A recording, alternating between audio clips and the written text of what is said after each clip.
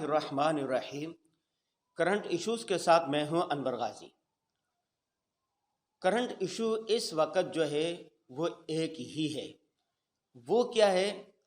اہم لوگوں کی، اہم سیاستدانوں کی، حکمرانوں کی، ریٹائر افسروں کی، یہاں تک کہ آرمی چیف جو ریٹائر ہو چکے ہیں ان کی کردار کشی کی جا رہی ہے، ان کو برا بھلا کہا جا رہا ہے، ان پر الزامات لگائے جا رہے ہیں، اور ان کو بدنام کرنے کا کوئی بھی ہتھ کنڈا ہے اس کو چھوڑا نہیں جا رہا۔ ہر حربے، ہر ہتھ کنڈے، ہر طریقے کو آزمایا جا رہا ہے۔ آپ جانتے ہیں کہ ہر ملک کے چند ریاستی ادارے ہوتے ہیں۔ ریاستی اداروں میں سب سے جو بڑا ریاستی ادارہ ہوتا ہے وہ پاک فوج کہلاتی ہے۔ سیکورٹی ادارے ہوتے ہیں، ISI کے ادارے ہوتے ہیں، خفیہ ایجنسی کے ہوتے ہیں، خفیہ ایجنسیوں کے کئی ادارے ہوتے ہیں، عدلیہ ہوتی ہے، پارلیمنٹ ہوتا ہے۔ یہ سارے وہ ادارے ہوتے ہیں جو ریاستی ادارے ہوتے ہیں، کسی ملک کو چلانے کے لیے ادارے ہوتے ہیں، ملک و قوم کی سلامتی کے ادارے ہوتے ہیں۔ جب دشمن کی یہ طاقت ہوتی ہے کہ ملک کی ریڑھ کے ہڈی پر ضرب لگائی جائے، ان کے جو سلامتی کے ادارے ہیں ان کو بدنام کر دیا جائے، ان کی معیشت کو تباہ کر دیا جائے۔ 5th جنریشن وار چل رہی ہے۔ 5th جنریشن وار کا مقصد کیا تھا؟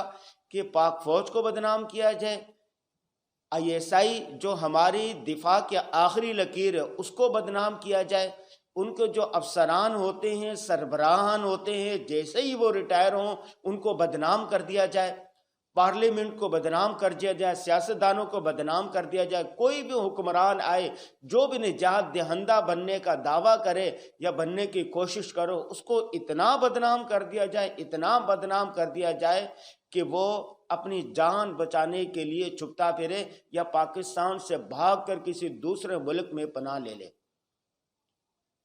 آپ دور نہ جائیں، آپ صرف گزشتہ 1 سال میں دیکھ لیں۔ جنرل جاوید قمر باجوہ جیسے ہی ریٹائر ہوئے، بلکہ ریٹائر ہونے سے کچھ دن پہلے ہی ان کے خلاف خبریں آنا شروع ہو گئی، کیسز آنا شروع ہو گئے۔ امریکہ سے کوئی خبر فائل کر رہا، کوئی کہاں سے کر رہا، کوئی کہاں سے کر رہا ہے۔ جیسے ہی ریٹائر ہوا، جتنے یوٹیوبر ہیں، سوشل میڈیا والے، فیس بک والے، یہاں تک کہ پرنٹ میڈیا، الیکٹرانک میڈیا، سب نے ان کی طرف اپنی توپوں کا رخ کر دیا ہے۔ یہاں تک کہ چند خواتین کا جو اداکارہ ہیں ان کے ساتھ ان کو ملوث کر دیا ہے، اور یہ کہہ دیا ہے کہ جو سیف ہاؤسز ہوتے ہیں ملک کے، اس کے اندر وہ ان کے ساتھ رنگ رلیاں مناتے رہیں۔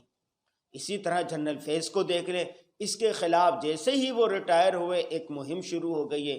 عمران خان کے خلاف دیکھ لیں، ایک مہم شروع ہو گئی ہے، اور حکمرانوں کے خلاف بھی۔ یہ جو ان کی جو آج سے 10 سال پہلے، 15 سال پہلے، 20 سال پہلے، 25 سال پہلے جو کسی کے ساتھ گفتگو ہوئی تھی ان کو لا لا کر میڈیا پر نشر کیا جا رہا ہے، ان کو لیک کیا جا رہا ہے، یہاں تک کہ آج ہر بچے کے موبائل کے اندر اور وہ ویڈیوز ہیں، وہ آڈیوز ہیں، وہ دیکھنے پر مجبور ہے۔ جہاں چلے جائے بس یہی ایک موضوع گرم ہے، اسی موضوع پر گفتگو کی جا رہی ہے۔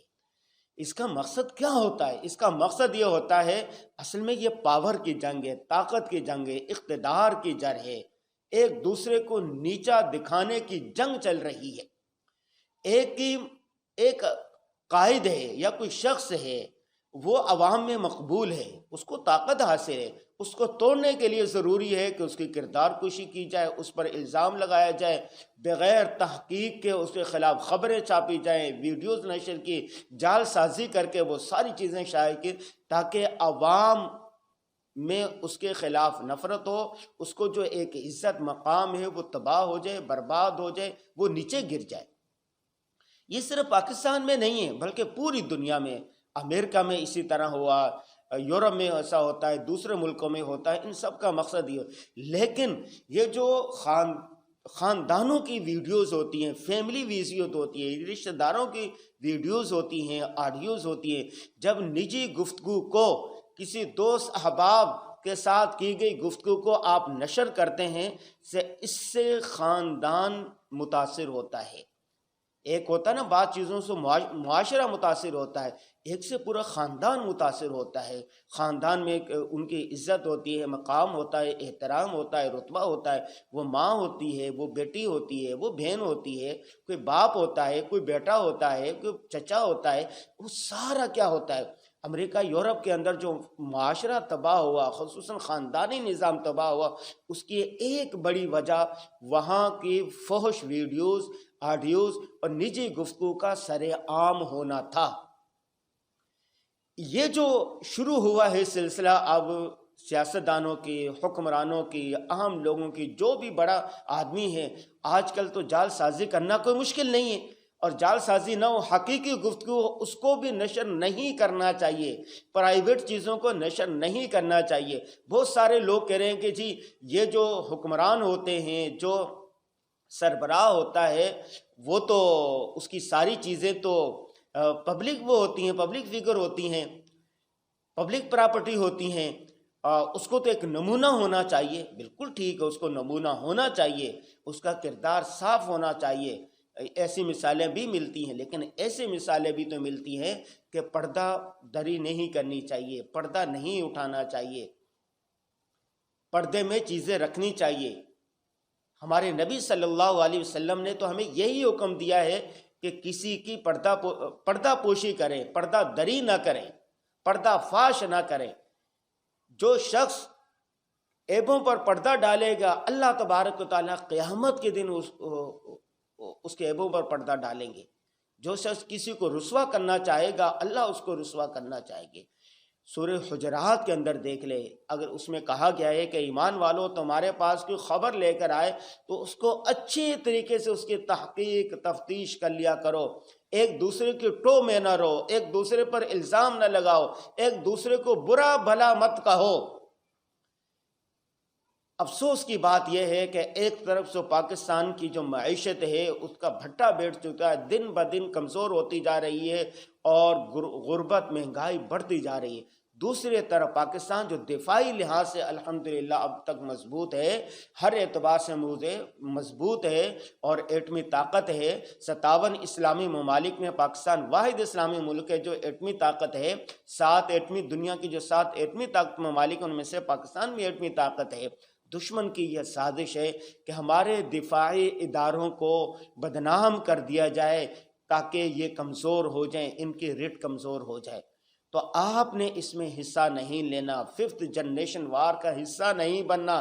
یہ جو 5th جنریشن وار اب عروج پر ہے، پاک فوج کو بدنام کر رہی ہے، پاک فوج ادارے کو بدنام کر رہے ہیں، سیکورٹی اداروں کو بدنام کر رہے ہیں، ISI کو بدنام کر رہے ہیں، سابق ریٹائر فوجی افسران ہیں، آرمی چیف ہیں، ان کو بدنام کر رہے ہیں. آپ نے اس میں حصہ نہیں لینا. یہ جو گندگی، یہ گندا دھندا ہے، آپ نے اس کو آگے نہیں پہ لینا. آپ نے اپنے سیکورٹی اداروں کے ساتھ کھڑا ہونا ہے، آپ نے ملک کے ساتھ کھڑا ہونا ہے، اپنے قوم کے ساتھ کھڑا ہونا ہے. اللہ تبارک و تعالی ہم سب کو ملک و قوم کی حفاظت کرنے کی توفیق عطا فرمائے، ملک و قوم کی تعمیر و ترقی میں بڑھ چڑھ کر حصہ لینے کی توفیق عطا فرمائے. آمین یا رب العالمین. اللہ الرحمن الرحیم. کرنٹ ایشوز کے ساتھ میں ہوں انور غازی. کرنٹ ایشو اس وقت جو ہے وہ ایک ہی ہے. وہ کیا ہے؟ اہم لوگوں کی، اہم سیاستدانوں کی، حکمرانوں کی، ریٹائر افسروں کی، یہاں تک کہ آرمی چیف جو ریٹائر ہو چکے ہیں، ان کی کردار کشی کی جا رہی ہے.